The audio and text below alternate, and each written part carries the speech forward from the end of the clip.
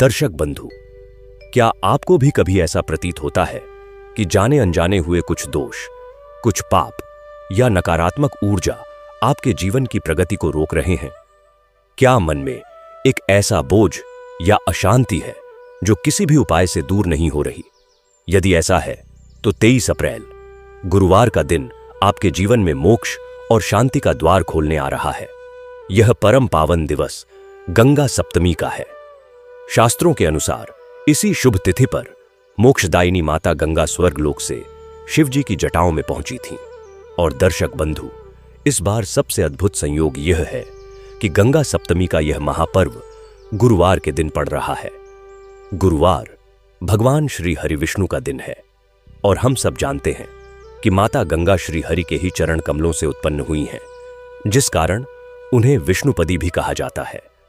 गुरुवार के दिन गंगा सप्तमी का यह दिव्य योग इतना शक्तिशाली है कि आज के दिन सच्ची श्रद्धा से माता गंगा की कथा सुनने और उनके मंत्रों का ध्यान करने मात्र से 7 जन्मों के पाप, दरिद्रता, रोग और हर प्रकार के मानसिक संताप वैसे ही धुल जाते हैं जैसे गंगा की तेज धारा में तिनका बह जाता है।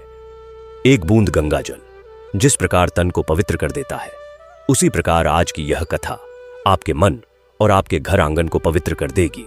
किंतु दर्शक बंधु, कथा में आगे बढ़ने से पूर्व एक अत्यंत आवश्यक बात ध्यान से सुन ले।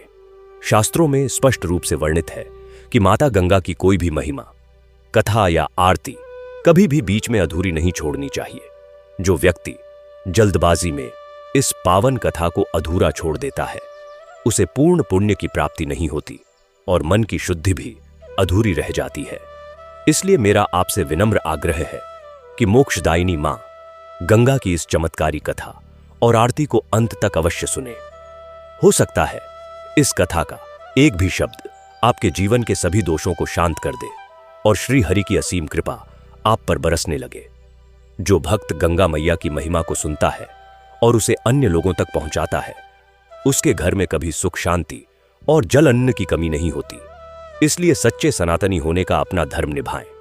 इस कथा को पूरे भक्ति भाव से लाइक करें, अपने परिवार और मित्रों के साथ साझा शेयर करें, भिन्न करें।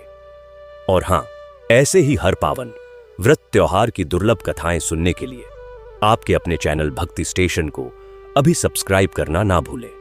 तो आइए अपने मन को एकाग्र कीजिए, अपने सभी दुख, चिंताएं और दोष मां गंगा की पवित्र धारा में प्रवाहित कर दीजिए।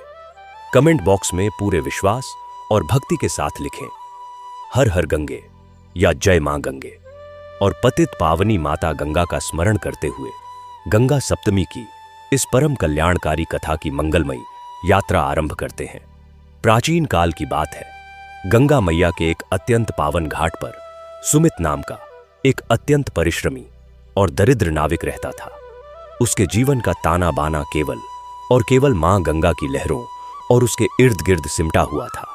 सुमित का हृदय जितना कोमल था, उसका जीवन उतना ही कठोर। भोर की पहली किरण फूटने से लेकर संध्या के गहरे अंधकार तक वह और उसका परम मित्र कर्ण अपनी छोटी सी लगदद ही की नाव लेकर जल की छाती चीरते हुए यात्रियों को इस पार से उस पार ले जाने का कठोर श्रम करते थे।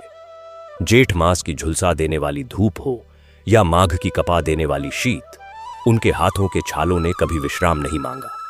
उनके मस्तक से टपकता पसीने का एक एक बिंदु उस महायज्ञ की आहुति के समान था जो वे अपने नन्हे और अत्यंत मेधावी भतीजे प्रयाग की विद्या प्राप्ति के लिए कर रहे थे। सुमित और कर्ण का यह अटल संकल्प था कि दरिद्रता का जो अंधकार उन्होंने अपने जीवन में झेला है, उसकी परछाई भी नन्हे प्रयाग के भविष्य पर न पड़ने पाए। प्रयाग भी कोई साधारण बालक नहीं था।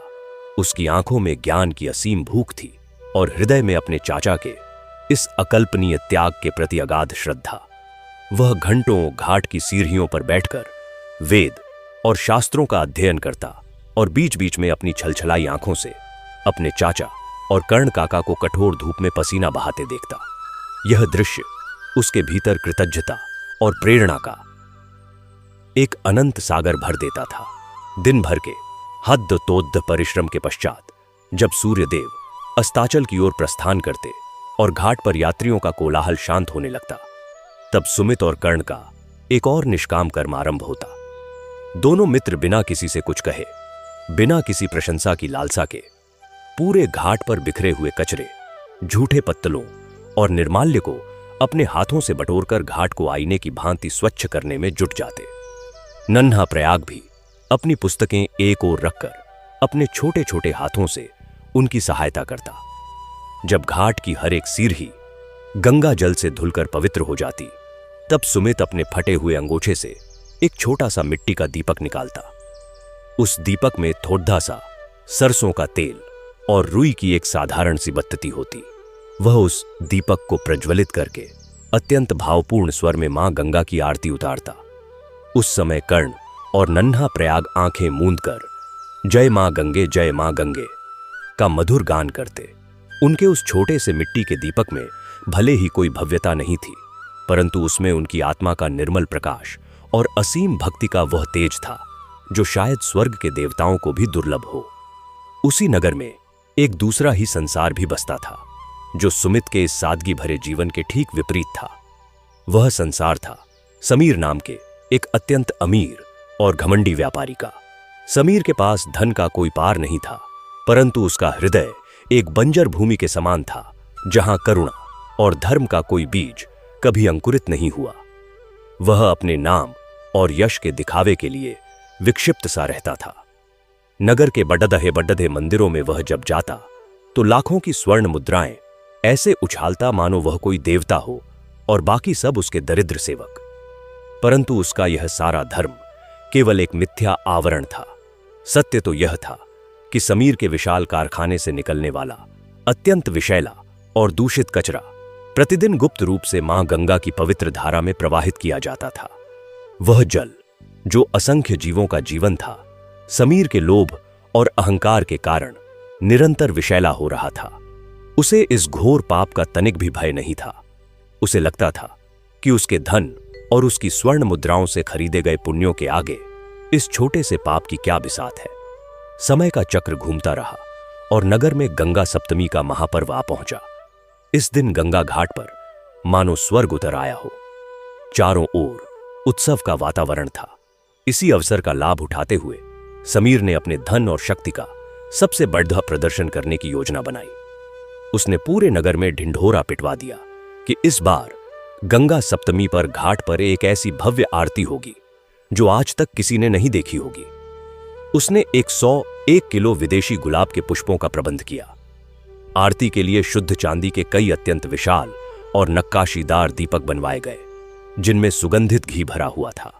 समीर ने अपनी एक अत्यंत विशाल और भव्य नौका को रेशमी वस्त्रों और स्वर्ण आभूषणों से सजाया, ताकि वह नदी के ठीक बीच में खड़दद्धा होकर सबसे ऊंचे स्थान से आरती कर सके और घाट पर खड़दी की हजारों की भीड़ केवल उसकी जय जयकार करे। संध्या का समय हुआ। घाट पर तिल रखने की भी जगह नहीं थी। समीर अपनी भव्य नाव पर खड़दहा था।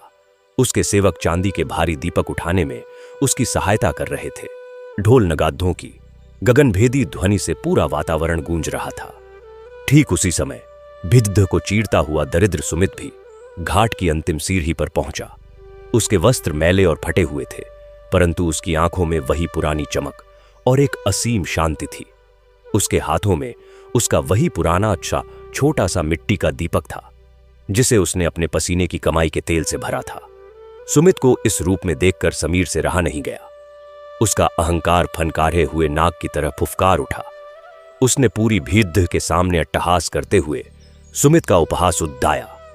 अरे मूर्ख सुमित, तेरे इस 2 कौड़ी के मिट्टी के दीपक से क्या मां गंगा प्रसन्न होंगी? तू और तेरा यह तुच्छ दीपक इस भव्यता के आगे एक तिनके के समान भी नहीं है। आज तो मां गंगा की कृपा केवल मुझ पर होगी, क्योंकि मैंने उनके लिए चांदी का दीपक जलाया है और स्वर्ण से उन्हें स्नान कराया है। जा, अपना यह दरिद्रता का प्रतीक यहां से ले जा, कहीं यह मेरे इस भव्य आयोजन में अपशकुन न कर दे। पूरी भीड़ समीर के इस अमानवीय व्यवहार पर सन्न रह गई, परंतु कोई भी उस धनवान व्यापारी के विरुद्ध बोलने का साहस नहीं जुटा पाया। कर्ण क्रोध से कांपने लगा, परंतु सुमित ने अत्यंत शांत भाव से अपने मित्र का हाथ थाम लिया। सुमित के मुख पर रत्ती भर भी क्षोभ या क्रोध नहीं था। उसने समीर की ओर देखकर हाथ जोड़ दे और अत्यंत विनम्र किंतु दृढ़ स्वर में कहा, सेठ जी, मां गंगा कोई मनुष्य नहीं है जो चांदी की चमक या मिट्टी के मलिन रंग से भेद करें। वे तो जगत जननी है। वे आभूषण या धातु नहीं देखती, वे तो बस हृदय की पवित्रता और हमारे कर्म देखती हैं। मेरा यह दीपक भले ही मिट्टी का है, परंतु इसमें मेरी मेहनत की ईमानदारी और मेरी मां के प्रति मेरा निष्काम प्रेम जल रहा है। सुमित के इन वचनों ने समीर के अहंकार को और भी भड़का दिया। उसने घृणा से मुंह फेर लिया और अपने सेवकों को आरती आरंभ करने का आदेश दिया। परंतु उस दिन नियति ने कुछ और ही तय कर रखा था। प्रकृति समीर के उस दिखावे और उस जल को दूषित करने वाले पाप का हिसाब करने के लिए तत्पर हो चुकी थी। आरती ठीक बीच में ही पहुंची थी कि अचानक मौसम ने एक अत्यंत भयानक और रौद्र रूप धारण कर लिया। जो वायु अभी तक अत्यंत शांत और शीतल थी, वह पलक झपकते ही एक प्रलयंकारी आंधी में परिवर्तित हो गई। आकाश में काले घने बादल इतनी तीव्र गति से छाए कि संध्या का समय ही मध्यरात्रि के घोर अंधकार जैसा प्रतीत होने लगा। अचानक ही एक भयंकर तूफान ने पूरे घाट को अपनी चपेट में ले लिया। हवा की साये साये करती भयावह ध्वनि और मेघों की गड्डी धाहट ने लोगों के हृदयों में आतंक भर दिया। मां गंगा की लहरें, जो अभी तक किसी कोमल कन्या के समान नृत्य कर रही थीं, अचानक क्रोधित सर्पिणी की भांति उफनने लगीं। जल का स्तर अत्यंत तीव्रता से बढ़ने लगा और लहरें इतनी ऊंची उठने लगीं मानो वे आकाश को छू लेना चाहती हों। समीर की वह विशाल और अत्यंत महंगी नाव, जिसमें उसने अपनी आरती का सारा कीमती सामान, चांदी के दीपक और चढ़ावा रखा था, जल के उस अत्यंत तीव्र बहाव और भयंकर भंवर में बुरी तरह फंस गई। नाव डगमगाने लगी और उसका एक हिस्सा जल में डूबने लगा। नाव पर रखे हुए वे सारे सुगंधित पुष्प, वे शुद्ध चांदी के दीपक और रेशमी वस्त्र एक एक करके नदी के क्रुद्ध गर्भ में समाने लगे। समीर, जो कुछ क्षण पूर्व स्वयं को ईश्वर का सबसे प्रिय और शक्तिशाली मनुष्य मान रहा था, अब मृत्यु के भय से थर थर कांप रहा था। उसके प्राण घोर संकट में पड़े चुके थे। वह अपनी नाव के एक टूटे हुए तख्ते को पकड़ त्राही त्राही कर रहा था। तूफान का रौद्र रूप इतना भयंकर और लहरों का वेग इतना प्राणघातक था कि घाट पर खड्डा कोई भी शूरवीर या समीर का कोई भी वेतनभोगी सेवक उसे बचाने के लिए जल में उतरने का साहस नहीं कर पा रहा था। सभी अपनी जान बचाकर घाट की ऊपरी सीढ़ियों की ओर भागने लगे। मृत्यु का वह नग्न तांडव देखकर हर किसी के प्राण सूख गए थे। ठीक उसी क्षण जब समीर की जीवन लीला समाप्त होने ही वाली थी, एक अत्यंत अलौकिक दृश्य उपस्थित हुआ। अपने प्राणों की तनिक भी परवाह किए बिना उस महाप्रलय के बीच सुमित और उसका सच्चा मित्र कर्ण अपनी उसी छोटी सी जीर्ण शीर्ण लकदही की नाव को लेकर उन तूफानी लहरों के बीच कूद पड़ा दे। सुमित की भुजाओं की नसें तन गई थीं और उसकी आंखों में किसी भी प्रकार का भय नहीं, बल्कि एक अदम्य संकल्प था। कर्ण और सुमित दोनों ने अपनी पूरी शक्ति लगाकर चप्पू चलाना आरंभ किया। जल के थपेद्दे उनकी नाव को खिलौने की तरह उछाल रहे थे, परंतु उन दोनों के कंठ से एक प्रचंड उद्घोष निकल रहा था, जो उस तूफान की गर्जना को भी चीरता हुआ आकाश तक पहुंच रहा था। हर हर गंगे, हर हर गंगे, AUM नमः शिवाय। यह उनके कठोर परिश्रम, उनके निस्वार्थ कर्म और मां गंगा के प्रति उनकी अगाध आस्था का ही चमत्कार था कि उनकी वह छोटी सी लकड़ी की नाव उस प्रलयंकारी जल में भी नहीं डूबी। लहरों के अत्यंत कठोर संघर्ष का सामना करते हुए अपनी जान हथेली पर रखकर वे दोनों किसी प्रकार समीर की डूबती हुई नाव तक पहुंच गए। समीर उस समय तक जल में आधा डूब चुका था और उसकी चेतना लुप्त होने वाली थी। सुमित ने आगे बढ़कर समीर का हाथ अपने मजबूत हाथों से पगड़िए पर दिए लिया और एक ही झटके में उसे खींचकर अपनी छोटी सी नाव में डाल लिया।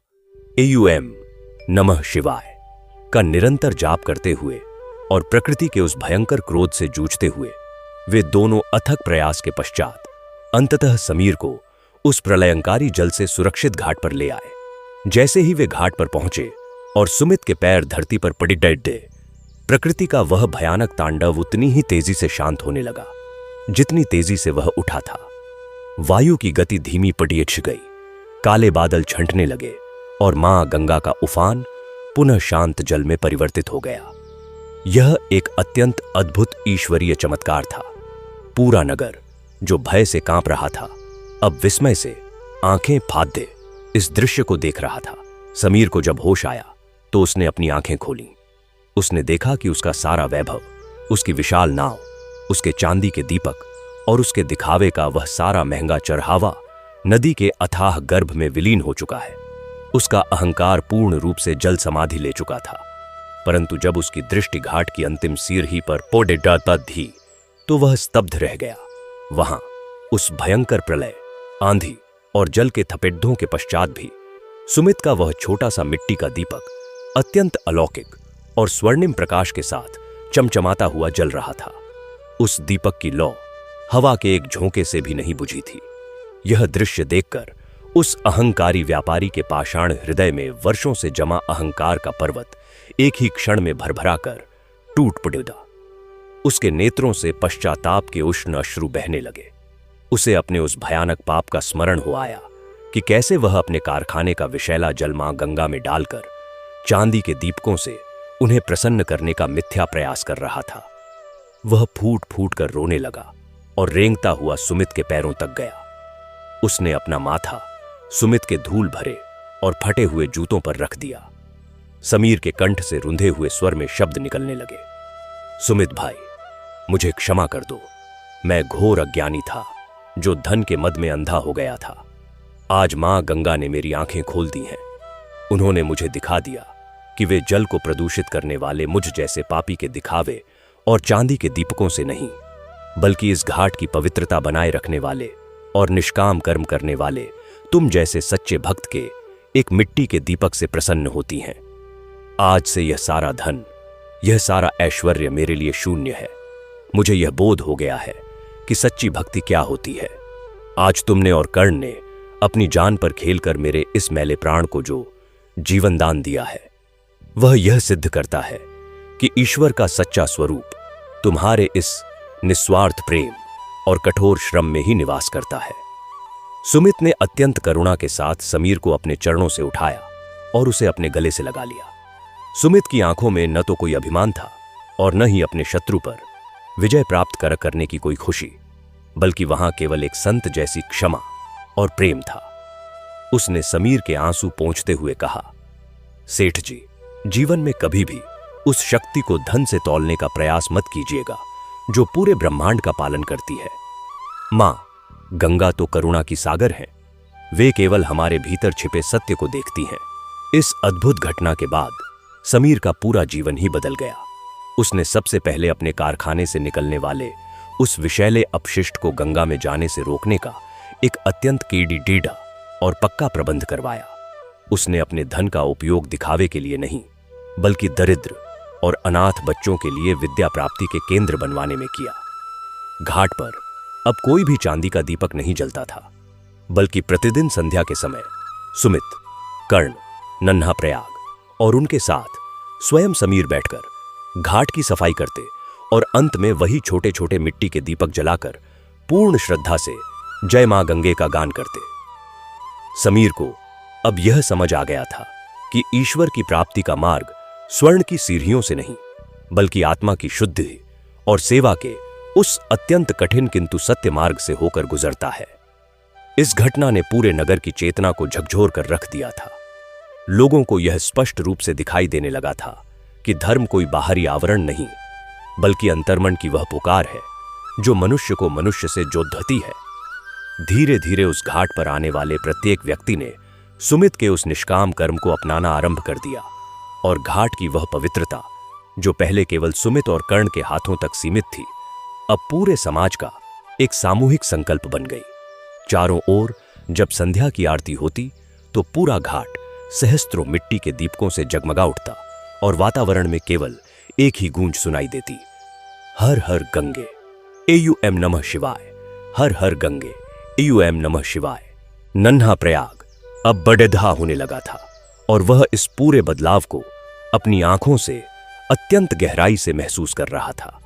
उसके भीतर यह विचार अत्यंत दृढ़ होता जा रहा था कि सत्य की लौ को दुनिया का कोई भी तूफान नहीं बुझा सकता, बशर्ते वह लौ ईमानदारी और सच्चे प्रेम के तेल से जलाई गई हो।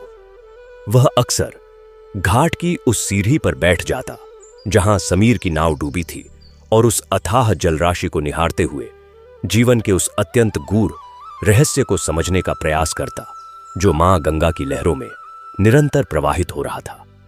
और एक दिन जब वह गहरे ध्यान में बैठा था तो उसके भीतर से एक अत्यंत अलौकिक अनुभूति जागृत होने लगी, जो उसे यह बता रही थी कि मनुष्य का शरीर भी इसी मिट्टी के दीपक के समान है, जिसे परमात्मा ने अपने प्रकाश से भरकर इस संसार रूपी घाट पर रखा है, ताकि वह अपने कर्मों की रोशनी से अज्ञान के अंधकार को मिटा सके। और ज्यों-ज्यों यह विचार उसके मस्तिष्क की गहराइयों में उतरता गया, त्यों-त्यों उसकी आत्मा में एक अद्भुत शांति छाने लगी, जैसे किसी ने उसके अस्तित्व के सारे कोलाहल को शांत कर दिया हो। और वह एक ऐसी चेतना की ओर बढ़ने लगा जहां केवल और केवल विशुद्ध प्रेम का विस्तार था। वह प्रेम जो किसी भी दिखावे और भौतिकता से परे उस शाश्वत सत्य की ओर ले जाता है, जिसकी खोज में बड्डे तपस्वी अपना जीवन व्यतीत कर देते हैं।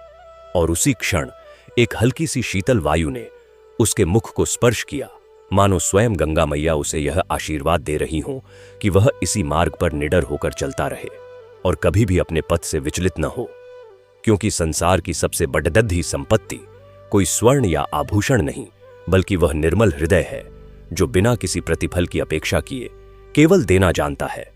और इसी भाव के साथ वह उठा और अपने चाचा सुमित के पास जाकर उस परम सत्य के आनंद में सराबोर होते हुए उस दिव्य आरती में सम्मिलित हो गया, जहां न कोई अमीर था न कोई गरीब, बस ईश्वर के दरबार में खड़दादे कुछ सच्चे उपासक थे जो अपने भीतर के अहंकार की आहुति देकर उस परम आनंद को प्राप्त कर रहे थे।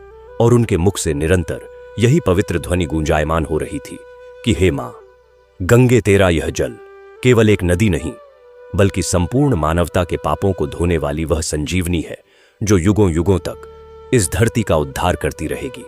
और जब तक सूर्य और चंद्र इस आकाश में रहेंगे, तब तक तेरी इस अलौकिक महिमा का गान इसी प्रकार होता रहेगा। और उस निर्मल संध्या के समय, जब सूर्य की अंतिम किरणें उस पवित्र जल पर टेपढ़कर एक अद्भुत स्वर्णिम आभा बिखेर रही थीं, तब ऐसा प्रतीत हो रहा था कि यह संसार अपने सबसे सुंदर और शुद्ध रूप में आकर उस परमात्मा के चरणों में नतमस्तक हो चुका है, जहां हर एक श्वास केवल उसी की याद में ली जा रही है और हर एक स्पंदन केवल उसी के नाम से धधक रहा है। और यह कथा उस घाट के कण कण में एक ऐसे अमिट सत्य के रूप में अंकित हो गई, जो आने वाली पीढ़ियों को यह स्मरण कराती रहेगी कि सच्ची सेवा और निष्कपट हृदय के आगे बड्डहे तिहे से बड़द तूफान भी अपना शीश झुका देता है। और जिस प्रकार वह छोटा सा मिट्टी का दीपक प्रलय के उस भीषण झंझावात में भी निरंतर जलता रहा, ठीक उसी प्रकार सत्य का वह प्रकाश भी काल की किसी भी आंधी से कभी परास्त नहीं हो सकता। और इसी गहन अनुभूति के साथ जीवन का वह चक्र निरंतर एक नई चेतना और एक अत्यंत पावन मार्ग की ओर अग्रसर होता चला गया, जहां मनुष्य के भीतर का देवता जागृत हो उठता है और वह संपूर्ण सृष्टि के कल्याण के लिए स्वयं को एक ऐसे महायज्ञ में समर्पित कर देता है जिसका कोई अंत नहीं, और जो युगों युगों तक इस ब्रह्मांड की सबसे सुंदर और सार्थक रचना बनकर अनवरत प्रवाहित होता रहता है। जैसे मां गंगा की यह पावन धारा जो आदि से लेकर अनंत तक बिना रुके बिना थके अपनी यात्रा पर आगे बढ़ती ही जा रही है। और उसके इस अलौकिक प्रवाह में जीवन के वे सभी रहस्य छिपे हैं जो एक सच्चे साधक को उसके परम लक्ष्य तक पहुंचाने का मार्ग प्रशस्त करते हैं। और ऐसे में जब भी कोई व्यक्ति सच्चे मन से उस घाट की सीढ़ियों पर अपने कदम रखता है, तो उसे उस मिट्टी के दीपक की लौ में आज भी वह अमर संदेश दिखाई देता है, जो यह पुकार पुकार कर कहता है कि जो भी व्यक्ति अपने हृदय से अहंकार और दिखावे का त्याग करके अत्यंत शुद्ध भाव से अपने कर्तव्यों का पालन करता है, वह इस सृष्टि के उस परम पिता के सबसे समीप होता है और उसे किसी भी भौतिक भव्यता की आवश्यकता नहीं होती, क्योंकि उसका संपूर्ण अस्तित्व ही उस ईश्वरीय प्रकाश से आलोकित हो उठता है जो कभी क्षीण नहीं होता। और इसी शाश्वत नियम के अधीन सुमित का वह पूरा परिवार और वह संपूर्ण नगर एक ऐसे आध्यात्मिक युग में प्रवेश कर गया जहां प्रत्येक दिन एक उत्सव था और प्रत्येक कर्म ईश्वर की एक सजीव प्रार्थना, जहां वायु के हर एक झोंके में केवल एयुएम नमः शिवाय का परम पवित्र मंत्र गुंजायमान रहता था, और जहां की धरती का प्रत्येक कण मां गंगा के उस पावन जल से सिंचित होकर प्रेम और करुणा के अनगिनत पुष्प पल्लवित कर रहा था। और यह एक ऐसा अद्भुत और अनंत आध्यात्मिक प्रवाह था जो कभी किसी सीमा में नहीं बंध सकता था, और जो निरंतर अपनी गहराई और विशालता के साथ उन सभी लोगों के हृदयों को तृप्त करता जा रहा था जो भी इस सत्य के मार्ग पर अपने कदम बढ़ा रहे थे। और इस प्रकार यह परम सत्य बिना किसी ठहराव के, बिना किसी बाधा के, एक असीम ऊर्जा और उस अद्वितीय ईश्वरीय शक्ति के साथ सदा सर्वदा के लिए उस अनंत की ओर निरंतर बढ़ता ही चला जा रहा था, और आगे भी उसी प्रकार बिना रुके बढ़ता ही चला गया। क्योंकि मां गंगा के उस पावन घाट पर जो क्रांति उससे एक भयंकर प्रलयंकारी रात्रि में घटी थी, वह केवल एक भौतिक घटना मात्र नहीं थी, अपितु वह तो मानव की अंतश्चेतना में सोए हुए उस देवत्व का जागरण था जो अक्सर माया और मोह के घने आवरण में छिप जाता है। समीर का जीवन अब एक खुली पुस्तक बन चुका था जिसमें पश्चाताप और वैराग्य के अध्याय अत्यंत सुनहरे अक्षरों में लिखे जा रहे थे। जो हाथ कभी स्वर्ण मुद्राओं का भार उठाते हुए गर्व से कांपते थे, वे ही हाथ अब अत्यंत विनम्रता के साथ घाट की धूल माथे पर लगाते और मैले वस्त्रों में लिपटे हुए अनाथ और दरिद्र जनों के चरण पखारते। समीर ने अपना वह विशाल भवन भी एक गुरुकुल में परिवर्तित कर दिया था, जहां नन्हे प्रयाग जैसे मेधावी किंतु आर्थिक रूप से निर्बल बालकों को निःशुल्क विद्या और संस्कारों का दान दिया जाने लगा। समीर अब व्यापारी नहीं बल्कि उस घाट का सबसे निष्ठावान सेवक बन चुका था। सुमित और कर्ण के साथ नाव खेते हुए जब वह अपने पसीने की बूंदों को गंगा के पावन जल में गिरते हुए देखता तो उसे लगता मानो उसके पूर्व जन्मों के संचित पापों का प्रक्षालन हो रहा है और उसकी आत्मा उस मिट्टी के दीपक की भांति ही निर्मल और प्रज्वलित हो रही है। उधर नन्हा प्रयाग अब किशोरावस्था की दहलीज पर अपने कदम रख चुका था। उसके भीतर ज्ञान की जो क्षुधा थी वह अब एक अत्यंत गहरे और प्रशांत सागर का रूप ले चुकी थी। वेद, उपनिषद और दर्शन के गूढ़ रहस्यों को वह केवल पढ़ता ही नहीं था, अपितु उन्हें जीवन के हर एक क्षण में जीता था। उसके कंठ से जब एयुएम नमः शिवाय का नाद निकलता तो घाट पर बैठे हुए बड्ढा बेटा बड्ढे बड्ढे सन्यासियों और योगियों की भी समाधि टूट जाती और वे उस तरुण बालक के मुखमंडल पर छाई उस अलौकिक आभा को देखकर नतमस्तक हो जाते। प्रयाग ने यह भली भांति समझ लिया था कि दिखावे का पर्दा चाहे कितना भी रेशमी और मूल्यवान क्यों न हो, सत्य की एक छोटी सी चिंगारी उसे पल भर में भस्म करने की शक्ति रखती है। वह अक्सर घाट पर आने वाले भटके हुए और धन के मद में अंधे हो चुके लोगों को समीर का उदाहरण देकर समझाता कि कैसे मां गंगा की लहरें केवल जल का प्रवाह नहीं है, बल्कि वे काल और कर्म का वह न्याय चक्र हैं जो राजा को रंक और रंक को राजा बनाने में तनिक भी विलंब नहीं करता। जय मां गंगे का उद्घोष करते हुए वह लोगों को जल के संरक्षण और उसकी पवित्रता बनाए रखने का अत्यंत महत्वपूर्ण संदेश देता। सुमित, जो इस पूरी वैचारिक और आध्यात्मिक क्रांति का मूल केंद्र था, वह आज भी अपनी उसी पुरानी और जीर्ण शीर्ण नाव को लेकर यात्रियों को पार लगाता था। नगर के धनी सेठों और स्वयं समीर ने भी कई बार उससे आग्रह किया कि वह अब यह कठोर श्रम छोड़ डौंध दे और एक सुख सुविधाओं भरा जीवन व्यतीत करे, परंतु उस निस्पृह नाविक ने हर बार अत्यंत कोमल मुस्कान के साथ उनके प्रस्ताव को अस्वीकार कर दिया। सुमित का तर्क अत्यंत मनोवैज्ञानिक और गहरा था। वह कहता कि जिस पसीने ने उसे भगवान के इतने निकट ला दिया, जिस श्रम ने उसे सत्य का साक्षात्कार कराया, उस श्रम का परित्याग करना तो अपनी आत्मा से ही विश्वासघात करने के समान होगा। यह नाव, यह चप्पू, यह जल और यह कठोर धूप, यही तो मेरा वास्तविक मंदिर है और इसी में मेरे आराध्य वास करते हैं। ऐसा कहकर वह पुनः हर हर गंगे का जय घोष करते हुए अपनी नाव को लहरों के बीच उतार देता। यह कोई साधारण बात नहीं थी कि नगर का सबसे दरिद्र व्यक्ति अब नगर के सबसे संपन्न लोगों का आध्यात्मिक गुरु बन चुका था। लोग अपने जीवन की अत्यंत जटिल और पीड़ादायक समस्याओं का समाधान ढूंढने के लिए सुमित के पास आते और सुमित केवल उस मिट्टी के दीपक की लौ की ओर संकेत करके उन्हें जीवन का सबसे बड़े धा मंत्र दे देता, सरलता और समर्पण। वह बताता कि जब दीपक मिट्टी का होता है तो उसे अपने रूप और रंग का कोई भान नहीं होता। वह केवल जलने और प्रकाश देने के अपने मूल धर्म का पालन करता है।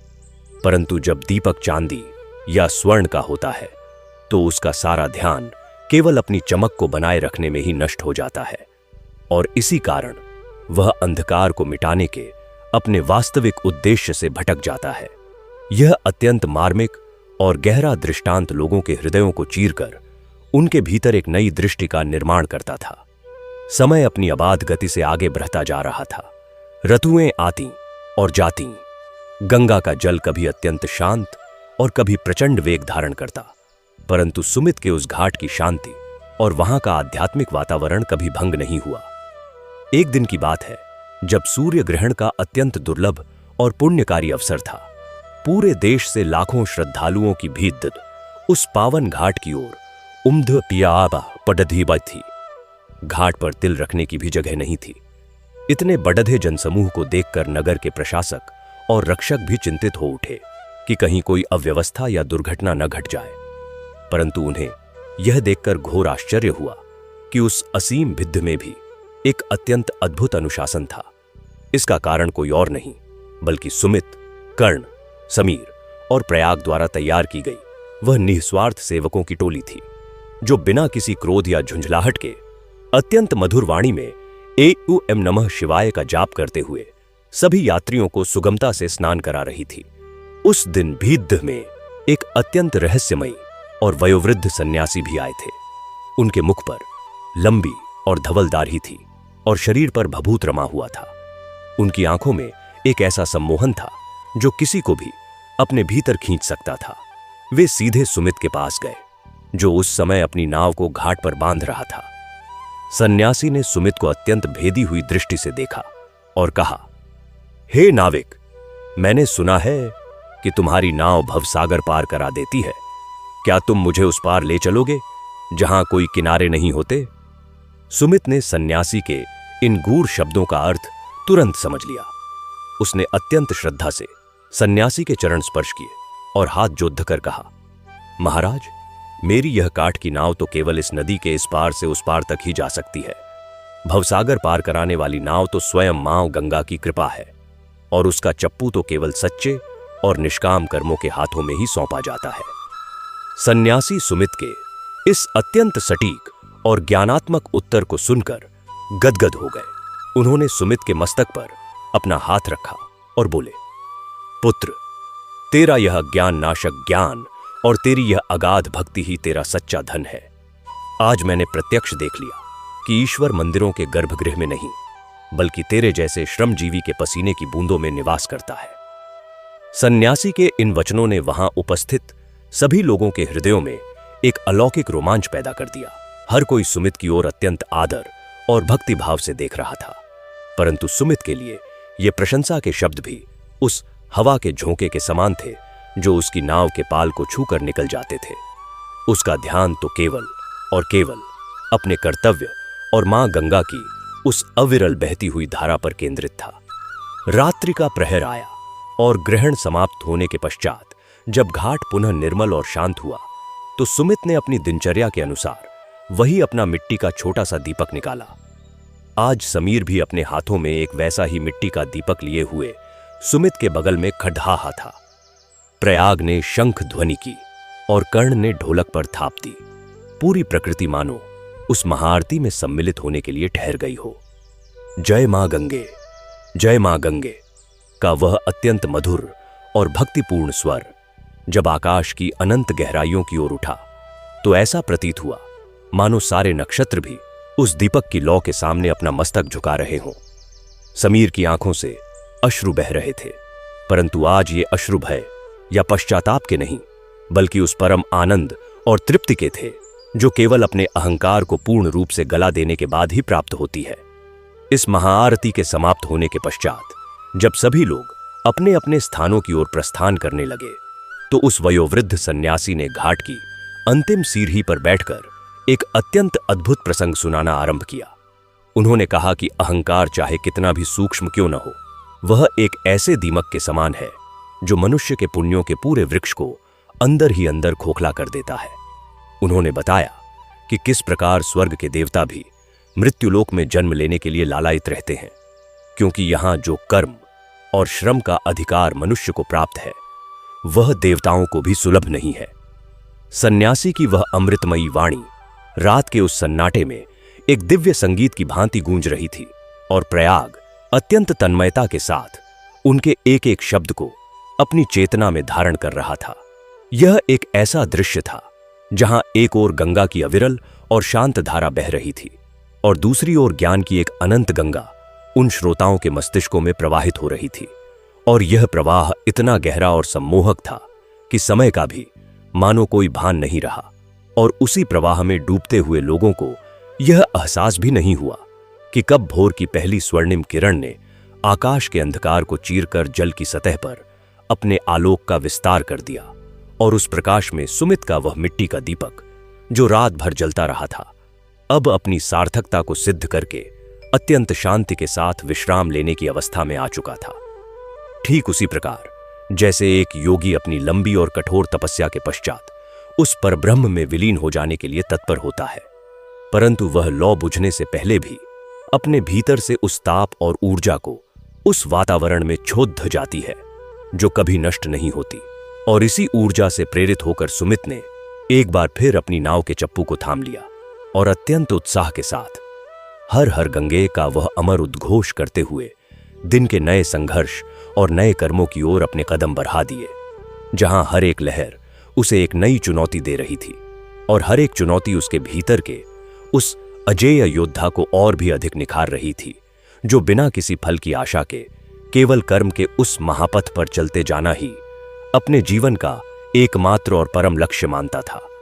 और उसका यह अटल संकल्प देखकर ऐसा प्रतीत होता था कि जब तक इस ब्रह्मांड में प्राणों का संचार रहेगा, तब तक सुमित जैसे निष्काम कर्मयोगियों की यह गाथा कभी भी समाप्त नहीं होगी, और वह निरंतर एक के बाद एक नए हृदयों को स्पंदित करती हुई आगे ही आगे बढ़ती जाएगी, और समय की शिला पर एक ऐसा अनमिट पदचिह्न छोड़ दती जाएगी जिसे मिटाने का सामर्थ्य किसी भी प्रलय या तूफान में नहीं होगा, क्योंकि सत्य और निष्कपट सेवा से उपजा हुआ यह प्रेम उस परम तत्व का ही दूसरा रूप है, जो न तो कभी जन्म लेता है और न ही कभी मृत्यु को प्राप्त होता है। वह तो बस एक शाश्वत और अनंत धारा के रूप में संपूर्ण अस्तित्व को अपनी करुणा से भिगोते हुए सदैव इसी प्रकार बिना किसी व्यवधान के प्रवाहित होता रहता है, और उसी प्रवाह की गोद में पलता हुआ यह संसार भी अपने गंतव्य की ओर धीरे धीरे परंतु अत्यंत निश्चित रूप से अग्रसर होता चला जा रहा है, जहां पर न कोई द्वेष है, न कोई घमंड, और न ही कोई दिखावा, बल्कि केवल और केवल उस परम आनंद की अनुभूति है जो एक विशुद्ध आत्मा के मिलन से उत्पन्न होती है। और यही वह चरम अवस्था है जिसकी ओर यह पूरी कथा और यह पूरा ब्रह्मांड निरंतर और बिना थके कदम बढ़ाता ही जा रहा है। और इसी अनंत यात्रा के पथ पर चलते हुए सुमित की वह जीर्ण शीर्ण नौका अब केवल लगडधी का एक ढांचा नहीं रह गई थी, अपितु वह तो असंख्य भटकी हुई आत्माओं के लिए एक साक्षात तीर्थ बन चुकी थी। नगर का प्रत्येक व्यक्ति अब यह भली भांति जान चुका था कि अहंकार का तनिक सा भी बोझ लेकर इस नौका पर चढ़ना और जीवन के भवसागर को पार करना सर्वथा असंभव है। समीर के भीतर जो आमूलचूल परिवर्तन आया था, वह मनुष्य के मनोविज्ञान और अंतर्मन की अत्यंत रहस्यमयी और गूढ़ गहराइयों को उद्घाटित करता था। जिस समीर को कभी अपने धन और ऐश्वर्य का इतना भीषण दर्प था कि वह दूसरे मनुष्यों को किड्डे मकोद्धों के समान समझता था, वही समीर अब घाट पर आने वाले हर एक कोरही, हर एक दरिद्र और हर एक असहाय व्यक्ति के घावों को अपने हाथों से धोता था। जब वह उन असहाय लोगों की पीड़ा को शांत करता, तो उसके नेत्रों से अश्रुओं की जो अविरल धारा बहती, वह मानो मां गंगा की ही कोई गुप्त और अदृश्य जलधारा थी, जो उसके भीतर के सारे संचित पापों को अपने साथ बहा ले जा रही थी। उधर युवा प्रयाग की मेधा और उसका आत्मिक तेज अब चारों दिशाओं में सूर्य के प्रकाश की भांति फैलने लगा था। उसने गुरुकुल में केवल ग्रंथों का ही अध्ययन नहीं किया था, बल्कि उसने अपने चाचा सुमित के पसीने की हर एक बूंद में छिपे उस महाकाव्य को पिढ़ा था जो किसी भी भोजपत्र या ताड्यपत्र पर नहीं लिखा जा सकता। एक दिन जब प्रयाग घाट की सीढ़ियों पर अत्यंत गंभीर मुद्रा में ध्यान मग्न बैठा था, तभी पटीडत धोसी नगर से कुछ अत्यंत धनी और अहंकारी व्यापारी वहां आ पहुंचे। उन्होंने समीर के वैराग्य और सुमित की महिमा के बारे में बहुत सुन रखा था, परंतु उनके भीतर का कुटिल व्यापारिक मन इस बात को स्वीकार करने के लिए तनिक भी प्रस्तुत नहीं था कि कोई मनुष्य बिना किसी स्वार्थ या लाभ के अपना पूरा जीवन इस प्रकार मिट्टी के दियों और फटे हुए वस्त्रों में व्यतीत कर सकता है। उन व्यापारियों का मुखिया, जिसका नाम विलास था, रेशमी वस्त्रों और स्वर्ण आभूषणों से लदा हुआ था। वह अपने सेवकों के साथ हठपूर्वक उसी स्थान पर अखड़हा हुआ जहां प्रयाग ध्यानमग्न था। विलास ने अत्यंत उपहासपूर्ण और कर्कश स्वर में कहा, अरे ओ युवा सन्यासी, हमने सुना है कि तुम्हारे इस घाट पर चमत्कार होते हैं। तुम्हारे चाचा सुमित और वह मूर्ख व्यापारी समीर कहते हैं कि मां गंगा केवल मिट्टी के दीपकों और फटे पुराने चीथडोहों से प्रसन्न होती हैं। यदि यह सत्य है तो हमारे पास तो स्वर्ण की खदानें हैं। हमने सैकड़ों मंदिरों में छत्र चढ़ाए हैं, तो क्या हमारी भक्ति इस दरिद्र नाविक की भक्ति से तुच्छ हो गई? विलास के इन अहंकार से भरे वचनों को सुनकर घाट पर उपस्थित अन्य लोगों के भीतर क्रोध का संचार होने लगा, परंतु युवा प्रयाग ने अत्यंत धीरज के साथ अपने नेत्र खोले। उसकी आंखों में न तो विलास के प्रति कोई द्वेष था और न ही अपने ज्ञान का कोई अभिमान। उसकी दृष्टि इतनी निर्मल और शांत थी कि विलास के सेवकों ने तो उसे देखते ही अपने शीश झुका लिए। प्रयाग ने अत्यंत मधुर और गंभीर स्वर में उत्तर दिया, सेठ जी, भक्ति कोई व्यापार नहीं है जहां आप मुद्राओं के बदले में ईश्वर की कृपा खरीद सकें। आप जिन मंदिरों में स्वर्ण के छत्र चढ़ाते हैं, वहां आप ईश्वर को नहीं बल्कि समाज की दृष्टि में अपने स्वयं के अहंकार को प्रतिष्ठित करते हैं। आपने कभी अपनी अंतरात्मा में झांक कर देखा है? जब आप वह स्वर्ण दान करते हैं तो क्या आपके भीतर यह विचार नहीं उठता कि मैंने दान दिया है? जहां मैं मैं है, वहां परमात्मा का वास कैसे हो सकता है? सुमित काका का यह मिट्टी का दीपक इसलिए महान नहीं है कि वह मिट्टी का है, बल्कि वह इसलिए अलौकिक है क्योंकि उसे जलाते समय सुमित काका का अपना कोई अस्तित्व ही शेष नहीं रहता। वे स्वयं को पूर्ण रूप से मिटाकर केवल और केवल जय मां गंगे के भाव में विलीन हो जाते हैं। प्रयाग के इन शब्दों में इतना प्रबल सत्य और मनोवैज्ञानिक प्रहार था कि विलास एक क्षण के लिए निरुत्तर हो गया, परंतु अहंकार रूपी विष इतनी सरलता से मनुष्य का मस्तिष्क नहीं छोड़ देता। विलास ने अपने भीतर के क्षोभ को छिपाते हुए अट्टहास किया और बोला, शब्दों के जाल बुनना तो बहुत सरल है बालक, परंतु सत्य की परीक्षा तो संकट के समय होती है। तुम लोग जिस गंगा के जल पर इतना अभिमान करते हो, प्रकृति का नियम तो देखो। आने वाले कुछ ही महीनों में इस वर्ष भयंकर सूखा पड़ने वाला है, ऐसा ज्योतिषियों का अनुमान है। जब यह तुम्हारी तथाकथित करुणामयी को मां गंगा सूखकर एक पतली सी धारा बन जाएगी और तुम्हारे खेतों और तुम्हारे कंठों को जल की एक बूंद भी प्राप्त नहीं होगी, तब मैं देखूंगा कि यह सुमित और तुम सब मिलकर अपने मिट्टी के दीपकों से किस प्रकार अपनी प्यास बुझाते हो। तब तुम लोग भी हमारे ही नगर में आकर हमारे स्वर्ण के सामने भिक्षा पात्र लेकर खड्डे डरे होगे। ऐसा कहकर विलास और उसके साथी हर हर महादेव का मिथ्या उद्घोष करते हुए वहां से चले गए, परंतु उनका वह उद्घोष भीतर की कुटिलता से इतना दूषित था कि उसमें कोई पवित्रता शेष नहीं थी। समय का चक्र घूमा और विलास की वह क्रूर भविष्यवाणी सत्य सिद्ध होने लगी। उस वर्ष वर्षा ऋतु में आकाश से जल की एक बूंद भी नहीं गिरी। सूर्य का ताप इतना प्रचंड और भयंकर हो गया कि धरती का सीना फटने लगा। वृक्षों के पत्ते झुलस कर गिरने लगे और चारों ओर एक भयानक हाहाकार मच गया। जो मां गंगा कलकल करती हुई अपनी प्रचंड लहरों से घाट की ऊपरी सीढ़ियों तक अटखेलियां करती थीं, उनका पावन जल अत्यंत तेजी से घटने लगा। धीरे धीरे नदी का पाट सूखने लगा और जल केवल बीच में एक पतली सी धारा के रूप में शेष रह गया। पूरा नगर एक अत्यंत भीषण मनोवैज्ञानिक और भौतिक संकट में घिर गया। प्यास से पशु पक्षी तड़झप कर प्राण त्यागने लगे और खेतों की खड़धी सपटी फसलें राख में परिवर्तित हो गईं। यह एक ऐसी ईश्वरीय परीक्षा थी जो किसी भी साधारण मनुष्य के हृदय में भय और ईश्वर के प्रति अविश्वास उत्पन्न करने के लिए पर्याप्त थी। पड्डोसी नगर के वे अहंकारी व्यापारी विलास के नेतृत्व में अब बार बार इस घाट पर प्रते और दूर से खड़बदे होकर सुमित और समीर की इस दयनीय स्थिति का उपहास उद्दाते। क्या हुआ तुम्हारे चमत्कारों का? कहां है तुम्हारी मां गंगा की करुणा? अब जलाओ अपने वे मिट्टी के दीपक और मांगो अपनी देवी से जल। विलास के ये चुभते हुए बाण नगर के कई लोगों के हृदयों को विदीर्ण कर रहे थे। कुछ लोगों का धैर्य अब टूटने लगा था। उनके भीतर यह संशय उत्पन्न होने लगा कि क्या सच में उनकी भक्ति व्यर्थ थी? क्या सच में केवल धन और शक्ति ही इस संसार का परम सत्य है? जब मनुष्य का शरीर पीढ़ा में होता है तो उसका मन सबसे पहले अपने ही आराध्य पर संदेह करने लगता है। यही मानव मस्तिष्क की सबसे बड़ी और कड़वी विडंबना है।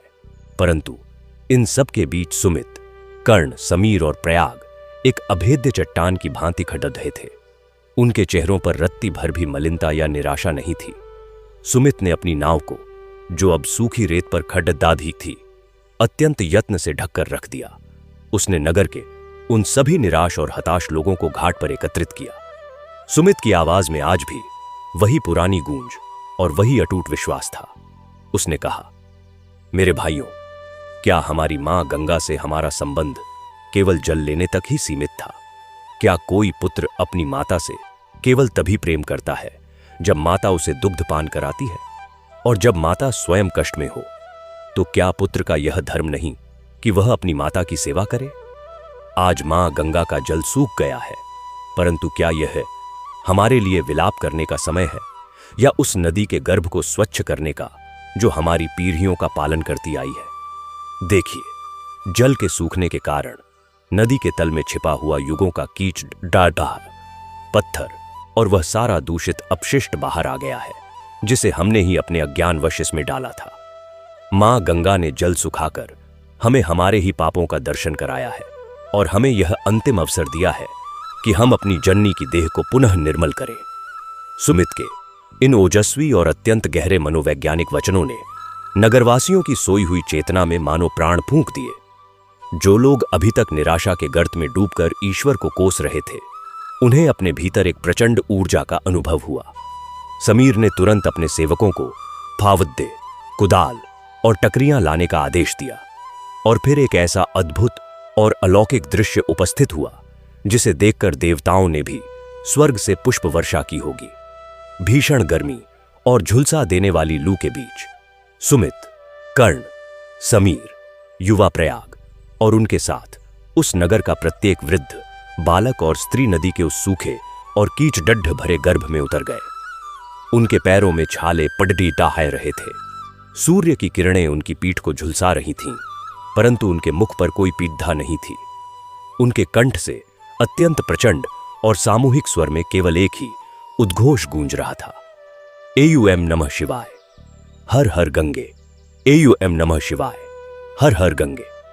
वे लोग दिन रात एक करके नदी के तल में जमे हुए उस कठोर कीचड़, सड़ीधे गले अपशिष्ट और पत्थरों को अपने सिर पर ढो ढोकर बाहर निकालने लगे।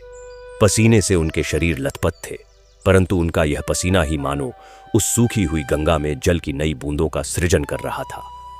विलास और उसके व्यापारी मित्र दूर खड़े होकर इस दृश्य को देखकर अत्यंत चकित और भ्रमित हो गए। उन्हें समझ नहीं आ रहा था कि मृत्यु के इतने समीप खड़े होकर भी इन लोगों के भीतर यह असीम ऊर्जा और यह पागलपन कहां से आ गया है। अहंकार कभी भी निष्काम सेवा के आनंद को समझ ही नहीं सकता। विलास को लगा कि ये लोग धूप के कारण विक्षिप्त हो गए हैं। सप्ताह बीत गए। पूरा नगर कठोर तपस्या में लीन था। उन्होंने मीलों तक नदी के तल को खोदकर और स्वच्छ करके इतना गहरा और निर्मल कर दिया था कि यदि उसमें जल की एक बूंद भी गिरे तो वह सीधे हृदय में उतर जाए। परंतु आकाश अब भी तांबे के समान तप रहा था और बादलों का दूर दूर तक कोई नामो निशान नहीं था। एक संध्या, जब सभी लोग दिन भर के उस हाद्य तोद्ध परिश्रम के पश्चात अत्यंत श्रांत होकर घाट की सीढ़ियों पर बैठे थे और सुमित अपने उसी पुराने और फटे हुए अंगोछे से पसीना पोंछ रहा था, तब विलास एक बार फिर वहां आया। इस बार विलास के चेहरे पर उपहास नहीं, बल्कि एक अजीब सी खींच थी। वह उनके इस अटूट विश्वास को देखकर स्वयं भीतर ही भीतर टूटने लगा था। तुम सब सचमुच पागल हो, विलास चिल्लाया। तुमने अपने हाथों को लहूलुहान कर लिया, इस सूखी रेत में अपने प्राण सुखा लिए, परंतु तुम्हारी वह मां गंगा कहां है? क्या वह तुम्हारे इस पसीने को देखकर द्रवित हुई? नहीं मूर्खों, सत्य को स्वीकार करो। अब भी समय है, मेरे शरण में आ जाओ। मैं तुम्हें अपने नगर से मोल खरीदा हुआ जल दूंगा, परंतु तुम्हें यह स्वीकार करना होगा कि तुम्हारा यह निष्काम कर्म और यह मिट्टी का दीपक केवल एक भ्रांति है। सुमित धीरे से अपने स्थान से उठा। उसने अपने मिट्टी के दीपक में उस दिन के लिए बचा हुआ अंतिम तेल डाला और रुई की बत्ती को अत्यंत कोमलता से रखा। उसने विलास की आंखों में सीधे देखते हुए अत्यंत शांत भाव से कहा, विलास जी, आप अभी भी यह नहीं समझ पाए कि हमारा यह दीपक जल की आशा में नहीं जलता। हमारा यह श्रम वर्षा कराने का कोई अनुष्ठान नहीं है। हम तो केवल अपना धर्म निभा रहे हैं। फल की चिंता तो वह करता है जो व्यापार करता है। हम तो प्रेमी हैं और प्रेम में केवल समर्पण होता है, मांग नहीं। यदि मां गंगा को यह स्वीकार है कि वे इसी रूप में रहेंगी, तो हम आजीवन इसी सूखी रेत में उनकी आरती उतारेंगे, क्योंकि हमारी आस्था जल की मात्रा पर निर्भर नहीं करती, वह तो हमारी अपनी आत्मा की शुद्धता पर निर्भर करती है। यह कहते हुए सुमित ने वह मिट्टी का दीपक प्रज्वलित कर दिया। जैसे ही वह छोटी सी लौ अंधेरे को चीरती हुई प्रज्वलित हुई, नन्हे बालकों से लेकर वृद्धों तक सभी ने अपनी आंखें मूंद लीं और पूर्ण तन्मयता के साथ गान आरंभ किया। जय मां गंगे, यूएम नमः शिवाय, जय मां गंगे। उनकी आवाजों में कोई पीड़ा नहीं, कोई क्षोभ नहीं, बल्कि एक अत्यंत असीम और प्रशांत आनंद था जो ब्रह्मांड के पार तक जा रहा था। और तभी ठीक उसी क्षण जब सुमित ने उस दीपक को दोनों हाथों से उठाकर सूखी रेत पर रखा, एक अत्यंत चमत्कारिक और रोंगटे खड़े कर देने वाली घटना घटी। आसमान में कोई बादल नहीं था, परंतु अचानक दिशाओं के छोर से एक अत्यंत शीतल और सुगंधित वायु का झोंका आया। वह झोंका इतना तीव्र और आनंददायक था कि सभी के शरीर का ताप एक ही क्षण में शांत हो गया। विलास भी उस वायु के स्पर्श से चौंक उठा। तभी दूर पहाड़ियों की दिशा से एक अत्यंत गंभीर और प्रचंड गर्जना सुनाई दी। वह बादलों की गर्जना नहीं थी, बल्कि वह अथाह जलराशि के पत्थरों से टकराने की ध्वनि थी। देखते ही देखते जो नदी का तल मीलों तक सूखा और निर्जन पड़िढ़ा था, उसके ठीक बीचों बीच से धरती को चीरती हुई जल की एक अत्यंत निर्मल, श्वेत और वेगवान धारा फूट पड़ी गई थी। यह कोई साधारण जल नहीं था। यह ऐसा प्रतीत हो रहा था मानो साक्षात हिमालय का पिघला हुआ हृदय धरती के सीने को फाड़ भक्कर अपने सच्चे भक्तों की प्यास बुझाने के लिए प्रकट हो गया हो। जल आ गया। घाट पर एक अत्यंत भावुक और आनंदित हाहाकार मच गया। वह जलधारा इतनी तीव्र गति से बरख रही थी कि कुछ ही पलों में उसने सुमित और अन्य लोगों द्वारा खोदे गए उस गहरे और स्वच्छ तल को भरना आरंभ कर दिया। जल की लहरें उफन उफन कर उस मिट्टी के दीपक के चारों ओर इस प्रकार नृत्य करने लगीं मानो वे स्वयं उस दीपक की परिक्रमा कर रही हों, परंतु किसी भी लहर ने उस दीपक की लौ को स्पर्श तक नहीं किया। मां गंगा का वह पावन जल अपने अत्यंत रौद्र और विशाल रूप में पुनः लौट आया था, और इस बार वह जल पहले से कहीं अधिक निर्मल और पवित्र था, क्योंकि उसकी राह उन निष्काम कर्मयोगियों के पसीने से धोई गई थी। विलास और उसके व्यापारी मित्र इस अकल्पनीय और ईश्वरीय चमत्कार को देखकर भय और विस्मय से जद्दवत हो गए। उनके पैरों तले से जमीन खिसक गई। उनका सारा धन, सारा स्वर्ण और उनका वह विशाल अहंकार मां गंगा की उन उठती हुई प्रचंड लहरों के सामने रेत के महल की तरह ढह गया। विलास घुटनों के बल वहीं उस गीली रेत पर गिर पड़ा और फूट फूट कर रोने लगा। उसने अपने सिर का वह बहुमूल्य रेशमी साफा उतारकर उस जलधारा में प्रवाहित कर दिया और हाथ जोतकर सिसकते हुए चीख उठा, हे मां गंगे, हे जगत जननी, मुझे क्षमा कर दे। मैं अज्ञानी किड्डा था जो तेरे इन सच्चे भक्तों की निष्ठा को नहीं पहचान पाया। मुझे क्षमा कर दे मां, मुझे क्षमा कर दे। समीर आगे बढ़ा और उसने विलास के कंधे पर हाथ रखा। समीर की आंखों में आज वह करुणा थी जो कभी सुमित की आंखों में हुआ करती थी। समीर ने विलास को उठाते हुए कहा, भाई विलास, मां तो परम दयालु हैं। वे किसी को दंडित नहीं करती। वे तो केवल हमारे भ्रम के जालों को काटती हैं। उठो और देखो कि सत्य का प्रकाश कैसा होता है। सुमित ने आगे बढ़कर उस पावन जल को अपनी अंजलि में लिया और पूर्ण श्रद्धा से सूर्य देव को अर्घ्य दिया। इसके पश्चात उसने वह जल विलास के मस्तक पर छिद्दक दिया। विलास के भीतर जैसे एक अत्यंत शीतल अग्नि का संचार हो गया, जिसने उसके जन्मों जन्मों के पाप और अहंकार को जलाकर भस्म कर दिया। विलास ने सुमित के दोनों चरण पकड़ी देख लिए और कहा, सुमित जी, आज से मेरा सारा धन और मेरी यह बची हुई श्वासें भी इस पावन घाट की सेवा के लिए समर्पित हैं।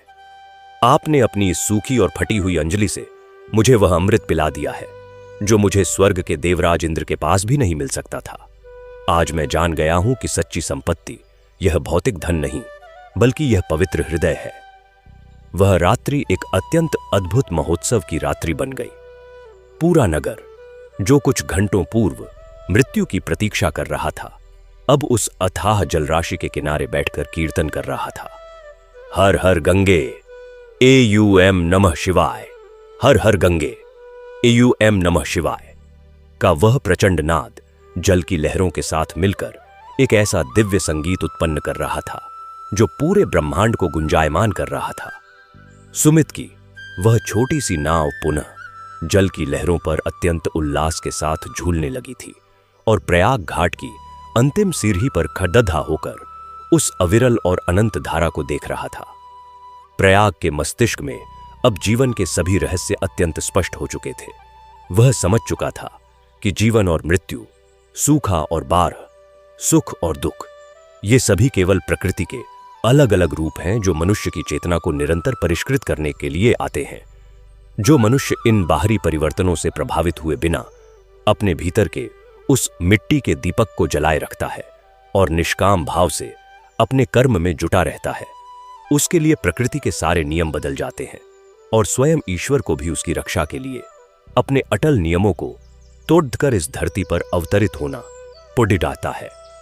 यह केवल एक चमत्कार नहीं था, बल्कि यह मानव के अदम्य संकल्प और सच्ची भक्ति की उस पराकाष्ठा का प्रमाण था जो ब्रह्मांड की किसी भी शक्ति को अपने वश में कर सकती है। उस दिन के पश्चात विलास और उसके साथी भी उसी घाट के निवासी बन गए। उन्होंने भी अपने महंगे वस्त्र त्याग कर साधारण सूती वस्त्र धारण कर लिए और दिन भर सुमित और कर्ण के साथ नाव चलाने और घाट को स्वच्छ रखने के कार्य में लग गए। यह एक ऐसा आध्यात्मिक साम्राज्य बन गया था जहां का राजा एक दरिद्र नाविक था और जहां की मुद्रा केवल प्रेम और सेवा थी। दूर दूर के देशों से बड़े विद्वान, दार्शनिक और राजा महाराजा उस पावन घाट के दर्शन करने के लिए आने लगे। वे सुमित के पास आते और उसके चरणों की धूल अपने माथे पर लगाकर स्वयं को धन्य मानते, परंतु सुमित के लिए ये सब चीजें कोई अर्थ नहीं रखती थीं। वह तो आज भी अपनी उसी सहज मुस्कान के साथ यात्रियों को नाव में बिठाता और अपने कठोर हाथों से चप्पू चलाते हुए उस अथाह जलराशि को पार करता। वर्षों बीतते गए और सुमित का शरीर अब वृद्ध होने लगा था। उसके बालों में चांदी जैसी सफेदी आ गई थी और उसके चेहरे पर समय ने कई गहरी रेखाएं खींच दी थीं, परंतु उसकी आंखों का वह अलौकिक तेज और उसके हाथों की वह शक्ति आज भी वैसी ही थी। एक दिन संध्या के समय जब वह आरती की तैयारी कर रहा था, तो उसने देखा कि घाट के उस पार से एक अत्यंत विशाल और श्वेत हंसों का झुंड उद्धता हुआ आ रहा है।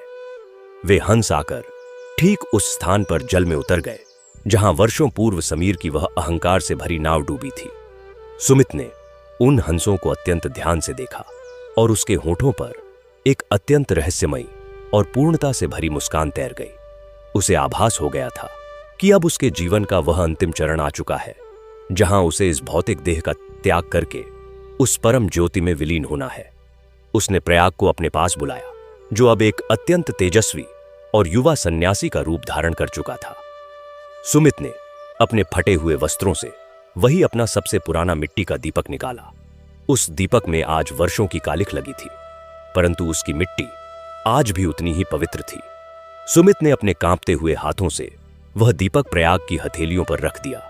सुमित ने अत्यंत धीमे परंतु स्पष्ट स्वर में कहा, पुत्र प्रयाग, इस शरीर की यात्रा अब अपने विश्राम की ओर बढ़ रही है। मैंने जो कुछ भी इस जल, इन लहरों और इस पसीने से सीखा है, वह सब इस मिट्टी के दीपक में समाहित है। जब तक तुम और तुम्हारी आने वाली पीढ़ियां इस दीपक को अहंकार शून्य होकर जलाती रहेंगी, तब तक यह घाट और यह मानव जाति सुरक्षित रहेगी। याद रखना, यह दीपक केवल तेल और बत्ती से नहीं जलता, यह जलता है उस निस्वार्थ करुणा से जो हम दूसरों के लिए अपने हृदय में पालते हैं। प्रयाग के नेत्रों से अश्रुओं की धारा फूट पड़ाई, परंतु वह जानता था कि मृत्यु शोक का नहीं बल्कि एक नए आरंभ का विषय है। उसने अत्यंत श्रद्धा से सुमित के दोनों हाथ अपने माथे पर लगा लिए और संकल्प लिया कि वह इस पवित्र परंपरा को कभी खंडित नहीं होने देगा। उस दिन डान जब सुमित ने अंतिम बार जय मां गंगे का उद्घोष किया तो पूरा घाट एक अत्यंत भारी और अलौकिक सन्नाटे में डूब गया। आरती समाप्त होने के पश्चात सुमित अपनी उस पुरानी नाव में जाकर लेट गया। उसने कर्ण, समीर और विलास की ओर देखकर एक अंतिम बार मुस्कुराया और अपनी आंखें मूंद ली, और तभी एक अत्यंत प्रकाशवान ज्योति उसके शरीर से निकली और उस बहती हुई गंगा की धारा में समा गई। घाट पर उपस्थित हर एक व्यक्ति ने उस अलौकिक दृश्य को देखा और सभी के मुख से स्वतः ही एयूएम नमः शिवाय का परम पवित्र मंत्र गुंजायमान हो उठा। सुमित भौतिक रूप से भले ही चला गया था, परंतु उसकी चेतना उस पूरे नगर, उस घाट और उस पवित्र नदी के कण कण में सदा के लिए व्याप्त हो गई थी। और उसका वह छोटा सा मिट्टी का दीपक जिसे अब प्रयाग ने प्रज्वलित कर दिया था, वह अपनी उसी निर्भीक और स्वर्णिम लौ के साथ अंधकार को चीरता हुआ जल रहा था, यह घोषणा करते हुए कि सत्य और निष्काम कर्म का यह प्रकाश कभी बुझ नहीं सकता। यह तो एक युग से दूसरे युग तक इसी प्रकार अविरल और अबाध रूप से हस्तांतरित होता रहेगा और मानव जाति का मार्गदर्शन करता रहेगा। और ठीक इसी क्षण जब रात्रि का वह घना अंधकार अपनी चरम सीमा पर था, तब उस मिट्टी के दीपक की लौ से एक ऐसा अत्यंत दिव्य और अनंत प्रकाश उत्पन्न हुआ जिसने पूरे आकाश गंगा को प्रकाशित कर दिया और यह सिद्ध कर दिया कि एक सच्चे और पवित्र हृदय की धड़कन कभी शांत नहीं होती। वह तो उस परम पिता परमात्मा की शाश्वत श्वास बनकर इस संपूर्ण ब्रह्मांड में अनवरत प्रवाहित होती रहती है और अपनी इस अनंत यात्रा में अनगिनत सोई हुई आत्माओं को जगाती हुई, उन्हें उनके वास्तविक और ईश्वरीय स्वरूप का भान कराती हुई, काल और सीमाओं के हर बंधन को तोड़ डहकर बस आगे ही आगे बढ़ती चली जाती है। और इसी अलौकिक प्रवाह के साथ जीवन की यह अत्यंत पावन और रहस्यमयी गाथा भी बिना किसी विश्राम के, बिना किसी ठहराव के अपने उस अनंत और परम गंतव्य की ओर निरंतर गतिमान थी, जहां से वह उत्पन्न हुई थी और जहां उसे अंततः लीन होना था। और इसी यात्रा के एक और नए अध्याय को आरंभ करने के लिए प्रयाग ने अपने हाथ में चप्पू थाम लिया और अपनी नाव को उन शक्तिशाली लहरों के मध्य उतार दिया जो उसे एक नई दिशा और एक नए संघर्ष की ओर बुला रही थीं। और यह संघर्ष कोई भौतिक युद्ध नहीं, बल्कि मनुष्य के भीतर बैठे उस अज्ञान के अंधकार को मिटाने का वह निरंतर महायज्ञ था जो कभी समाप्त नहीं होता और जिसके हर एक क्षण में उस परमानंद की अनुभूति छिपी होती है जो केवल और केवल संपूर्ण समर्पण से ही प्राप्त की जा सकती है। और इसी भाव के साथ वह नाव और वह दीपक उस अनंत सागर की ओर निरंतर और बिना रुके बढ़ते ही चले गए और आगे भी इसी प्रकार बढ़ते ही रहेंगे, क्योंकि जो गाथा आत्मा के पटल पर लिखी जाती है उसका कोई अंत नहीं होता। सुमित का वह भौतिक शरीर भले ही पंचतत्व में विलीन हो गया था, परंतु उसके द्वारा जलाया गया वह निष्काम कर्म और विशुद्ध प्रेम का दीपक अब असंख्य हृदयों में प्रज्वलित हो चुका था। युवा प्रयाग ने जब नाव के चप्पू को अपने हाथों में थामा तो उसे लगा मानो उसके चाचा सुमित के ही अदृश्य हाथ उसे बल प्रदान कर रहे हों। कर्ण काका, जो अब अत्यंत वृद्ध हो चले थे, वे भी उसी नाव के एक किनारे पर बैठकर शांत भाव से जल की उन पवित्र लहरों को निहार रहे थे। समीर और विलास ने अब अपना संपूर्ण जीवन गुरुकुल और उस घाट की निर्मलता को समर्पित कर दिया था। समय का चक्र अपनी अविरल गति से घूमता रहा। वह पावन घाट जो कभी एक दरिद्र नाविक के पसीने और एक अहंकारी व्यापारी के दर्प का साक्षी बना था, अब पूरे विश्व में सत्य और निष्काम सेवा के एक महान तीर्थ के रूप में विख्यात हो गया। वहां आने वाला कोई भी तीर्थयात्री अब स्वर्ण या चांदी के आभूषण लेकर नहीं आता था, बल्कि वह अपने हृदय का सारा मैल, सारा दिखावा और सारा घमंड उसी घाट की सीढ़ियों पर छोड़ कर पूर्ण रूप से निर्मल आत्मा के साथ मां गंगा की गोद में प्रवेश करता था। युवा प्रयाग द्वारा संचालित वह गुरुकुल अब एक वटवाल विद्यापीठ बन चुका था, जहां से अनगिनत तरुण मेधावी ज्ञान और संस्कार का वह अमृत पीकर निकलते थे, जो उन्हें इस संसार के भौतिक मायाजाल से सदैव अछूता रखता था। पीढ़ियां आती रहीं और जाती रहीं, परंतु सुमित की उस पुरानी लगडदधी की नाव का एक एक तख्ता आज भी उसी घाट पर एक अत्यंत पवित्र धरोहर के रूप में सुरक्षित था। जब भी किसी मनुष्य का मन अज्ञान के अंधकार में भटकने लगता, जब भी किसी धनी सेठ को अपने धन का भयंकर अहंकार घेरने लगता, तो वह बस उसी घाट पर आकर उस छोटी सी नाव और उस पर रखे उस मिट्टी के दीपक के दर्शन कर लेता। उस दीपक के दर्शन मात्र से ही बड़े डद्दहे बैठ पडाल पड़ते योगियों को भी वह परम ज्ञान प्राप्त हो जाता था, जिसे वे वर्षों की कठोर तपस्या में भी नहीं खोज पाते थे। प्रयाग ने अपनी अंतिम श्वास तक उस घाट और मां गंगा की उस अविरल धारा की उसी पूर्ण समर्पण के साथ सेवा की, और जब उसका समय आया तो उसने भी वह मिट्टी का दीपक अपनी अगली पीढ़ी के हाथों में उसी अत्यंत पवित्र भाव से सौंप दिया। यह कोई साधारण दीपक नहीं था, यह तो मानवता के उस शाश्वत धर्म का प्रतीक था, जो युगों युगों तक यह उद्घोष करता रहेगा कि ईश्वर को प्रसन्न करने के लिए किसी भव्य दिखावे या विपुल संपदा की नहीं, अपितु केवल एक शुद्ध, निस्वार्थ और करुणा से भरे हृदय की आवश्यकता होती है। और आज भी जब रात्रि का गहन अंधकार उस पावन नदी के वक्षस्थल पर उतरता है और संसार का सारा कोलाहल शांत हो जाता है, तब यदि कोई अत्यंत एकाग्र चित्त से उस घाट पर खड़गड्ढा होकर सुने, तो उसे वायु के हर एक झोंके में, जल की हर एक लहर के टकराने में और घाट की हर एक सीढ़ी में सुमित और उसके सच्चे मित्रों की वह अमर ध्वनि अत्यंत स्पष्ट रूप से सुनाई देती है। वह ध्वनि जो किसी कान से नहीं बल्कि केवल आत्मा से सुनी जा सकती है। उस ध्वनि में आज भी वही प्रचंड ओज, वही अगाध भक्ति और वही अत्यंत गहरा मनोवैज्ञानिक सत्य छिपा है, जो मनुष्य को सीधे उस परब्रह्म से जोड़ देता है। जैसे जैसे रात्रि गहराती है, वह छोटा सा मिट्टी का दीपक आज भी अपनी स्वर्णिम लौ के साथ उसी अंतिम सीढ़ी पर